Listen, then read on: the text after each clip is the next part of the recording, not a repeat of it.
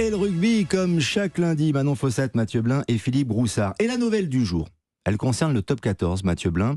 Pierre-Henri Broncan n'est plus l'entraîneur du Castres olympique. Défaite ce week-end à domicile contre La Rochelle, qui a sans doute été la défaite de trop. Est-ce que ça lui pendait au nez, si je puis dire? En tout cas, on en parlait dans le milieu, ça lui pendait pas forcément au nez puisque Pierre-Henri Broncan est très respecté. C'est quelqu'un qui avait énormément travaillé sur le recrutement au Stade Toulousain, qui a évidemment officié dans plusieurs équipes et qui avait pris cette place de manager après être rentré dans le club de Castres en mi-saison. Il faut rappeler quand même qu'ils ont fini premier du championnat l'année dernière, donc il a eu en plus un résultat énorme.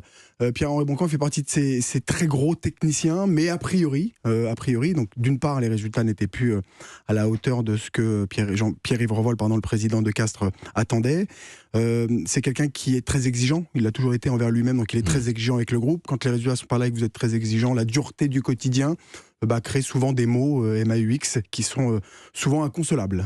Ça va vite quand même dans le rugby, dans le top 14, parce que Castres, avec son entraîneur Pierre-Henri Broncan, était finaliste contre Montpellier il n'y a pas si longtemps, Manon Fossat. Et puis là, oui, il a fait du bien quand même à ce club de Castres. Comme le disait Mathieu, il est arrivé donc en décembre 2020, après cette défaite à domicile contre Brive. Et puis les Castrés étaient 12e, ils sont remontés à la 7e place, à deux doigts, si je peux dire, de se qualifier. L'année suivante, ils sont premiers de la phase régulière. Ils sont défaits en finale face au MHR. Je trouve ça un petit peu dur pour Pierre-Henri Broncan. Effectivement, après des mots dans le vestiaire ont été un petit peu prononcés. Donc je ne sais pas si c'était une question que d'hommes, de management un petit peu compliqué, mais je pense que c'est un peu anticipé peut-être, parce qu'aujourd'hui c'est Jérémy Davinson, donc le jeu des chaises musicales encore dans ce top 14, qui donc avait été lui mis à pied de Brive, qui va reprendre le CO. Le président parle d'une volonté d'électrochoc. Maintenant, voilà, les prochains déplacements, ça va être à Bayonne, qui est très solide sur ses bases, intouchable même pour l'instant à Jean Daugé. Donc l'électrochoc, est-ce qu'il va avoir lieu avec ce changement-là? L'année dernière, le CO à la même époque était 4e avec 49 points, ils sont 11e avec 32 points. Donc il y a une vraie différence et ça se délite effectivement depuis plusieurs mois. Oui, mais comment on l'explique justement? Alors on sait, Philippe Broussard, que l'entraîneur est souvent le fusible. Là, en l'occurrence, c'est le cas avec Broncan, mais tout de même, qu'est-ce qui s'est passé? Pourquoi ça s'est délité à Castres? Malheureusement, je crois que personne ne le sait. En tout cas, moi, je voudrais vous citer le tweet de Yannick Bru, l'ancien entraîneur de l'équipe de France, qui est le prochain entraîneur de Bordeaux, ancien entraîneur de Bayonne, qui a dit dans un tweet: « Mon plus profond respect pour Pierre-Henri Broncan, 29 matchs sans défaite à domicile, finaliste en juin 22, débarqué en février 23, le rugby à la mémoire courte. » J'ai pas trouvé mieux. Non, mais au moins c'est net. En plus, c'est Yannick Bru qui le dit. En effet. Mais comment on peut en arriver là? Pourquoi cette équipe qui ne perdait jamais à domicile? Pourquoi cet entraîneur qui était en place a pu à ce point, cette équipe a pu à ce point se retrouver dans cette situation? C'est un peu inexplicable. C'est un peu inexplicable. Les résultats ne sont pas en rendez-vous. Alors, à domicile, si, ça tournait plutôt pas mal jusqu'à cette défaite ce week-end face à La Rochelle. Il n'y avait pas de résultats à l'extérieur. Et puis on sentait que cette année, ça prenait pas. Alors on le sait, hein, chaque année, le champion, le finaliste, souvent sont en difficulté l'année d'après, notamment le champion. C'est le cas de Montpellier aussi, qui n'est pas encore dans les clous pour se qualifier. Bon, Castres, c'est un peu plus grave. Il faut rappeler que Castres, quand même, ça fait 33 ans qu'ils sont en première division, qu'ils ne sont pas descendus, donc ils sont montés en 89, je crois, ou 89.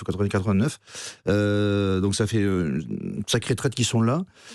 Mais là, la situation est très ennuyeuse parce qu'ils n'ont que 2 points d'avance sur la 13e place, la place de barragiste. Ils doivent recevoir Lyon, Toulouse, Toulon. Puis alors, les 3 dernières journées, on sait qu'il y a 4 clubs qui sont concernés par la relégation: Brive, Perpignan, Pau et Castres. 3 dernières journées de Castres, déplacement à Pau, déplacement à Brive et réception de Perpignan.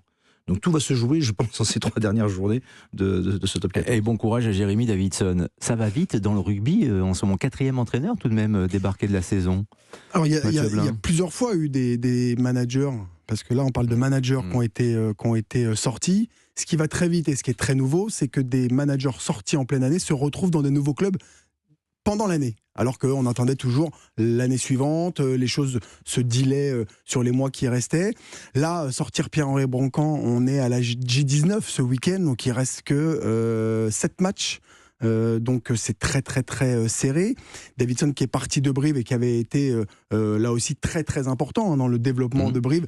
Au-delà même des résultats, des maintiens, il y avait un centre de formation qui est sorti de terre. Et pour la première fois, le rugby replace des managers. On a vu ce week-end Christophe Furios qui était sur le banc de Clermont en retournant à Chabandelmas, Bordeaux, de là où il a été sorti il y a 3 mois.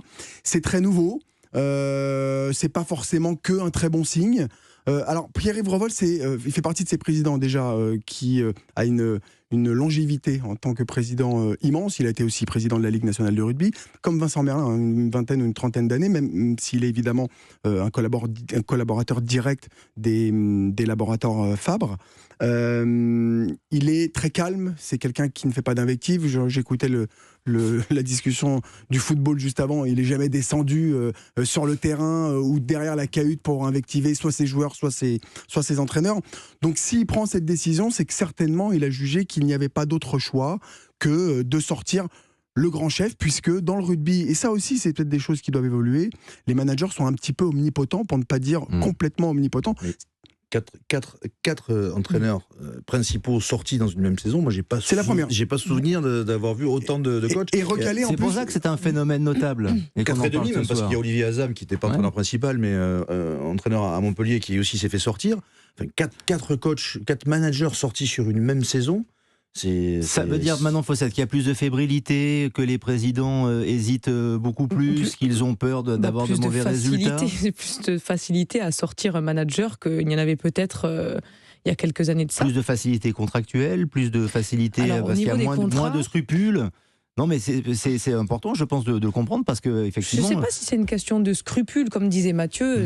Quand Laurent Marty a aussi sorti Christophe Furios, c'est parce qu'il a jugé que, et avec les joueurs et pour l'intérêt du club, ça pouvait plus continuer comme ça. Donc c'est pas une question peut-être de scrupule. Je pense que c'est pour essayer de sortir la tête de l'eau quand les clubs sont dans des situations de fragilité ou qui sont mauvais sur leur performance. Après, est-ce que c'est la solution en pleine saison ? Je pense vraiment pas. Mais... Allez-y, Mathieu. Ce qui est vrai, c'est qu'il y a un peu une conjonction de différents indicateurs. Le manager dans le rugby, il est vraiment, il est pris comme un messie. C'est-à-dire que c'est vraiment celui qui est le sachant, qui connaît tout par cœur. Alors qu'il y a quand même encore beaucoup de managers qui sont sur le terrain. Donc ils sont à la fois sur la gestion du quotidien, la gestion contractuelle, la gestion du développement du club en lien étroit avec le président, mais aussi sur le terrain. Les staffs sont de plus en plus nombreux. Donc je pense qu'il y a une illusion sur le fait que le manager doit absolument, ad vitam aeternam, pouvoir être celui qui amène les bons résultats. Il y a un staff avec Pierre-Henri Brocquant, un copain, David Derry-Carrère, mais qui n'est pas un manager, qui est un technicien. Lui, il aime être là à jeter les plots pour organiser des séquences de jeu. Rory Cocotte, qui a pris beaucoup de place, qui est un illustre joueur de Castres, qui est dans le staff. Il a repris les crampons pour être joueur. Il a été peut-être nommé comme celui qui allait prendre la relève, mais il n'a absolument aucune expérience. Donc je pense que le rugby doit absolument se calmer un petit peu dans l'illusion du tout sachant. Et à la différence d'il y a quelques années, je pense que les présidents mettent des lignes budgétaires, ce qu'on appelle des risques, qui sont déjà provisionnés si jamais il y avait des problèmes. Il y a le président qui est face à des crises de résultats, donc forcément il faut qu'il prenne des décisions, mais il y a peut-être aussi le fait de humer le vestiaire, parce qu'on a aussi le sentiment cette saison que les joueurs, les vestiaires reprennent un petit peu le pouvoir. Par exemple, on sait qu'à Bordeaux, ça se passait pas très bien avec tous les joueurs. Castres, visiblement, il y a une petite cassure aussi. Est-ce que c'est plutôt bon signe. Plus de poids.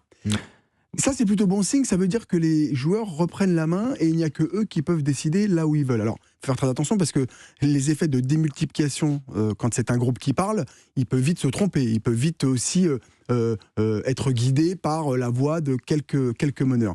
Mais effectivement, les groupes de joueurs prennent un peu plus la main, tu as raison. Mais faire appel à un entraîneur en cours de saison ou en fin de saison, comme c'est le cas pour jouer le rôle de pompier, est-ce que ça marche ? On prend l'exemple de Christophe Furios, justement, vous le disiez tout à l'heure, Mathieu Blin, qui a été viré de Bordeaux, qui s'est retrouvé donc là à Bordeaux, à Chabandelmas, mais avec sa nouvelle équipe de Clermont. Est-ce que ça fonctionne ? L'ASM l'année dernière, 10e, 35 points. L'ASM cette année, 10e, 36 points. Il vient d'arriver il y a 15 jours ou 3 semaines, donc évidemment que le Messi ou l'effet miracle attendu sur Urios n'est pas encore arrivé. Sur un groupe où beaucoup de joueurs sont partis. Morgan Parra au Stade Français, Lopez à Bayonne, et on voit comment il est magnifique. Il pourrait peut-être même être en équipe de France si on n'était que sur un focus de la performance du joueur pour l'instant. Uturia qui va partir à Bayonne. Des départs annoncés aussi, des gros départs de cadres. Donc le Urios pour l'instant n'a pas été cette baguette magique que peut-être tout le monde illusionnait.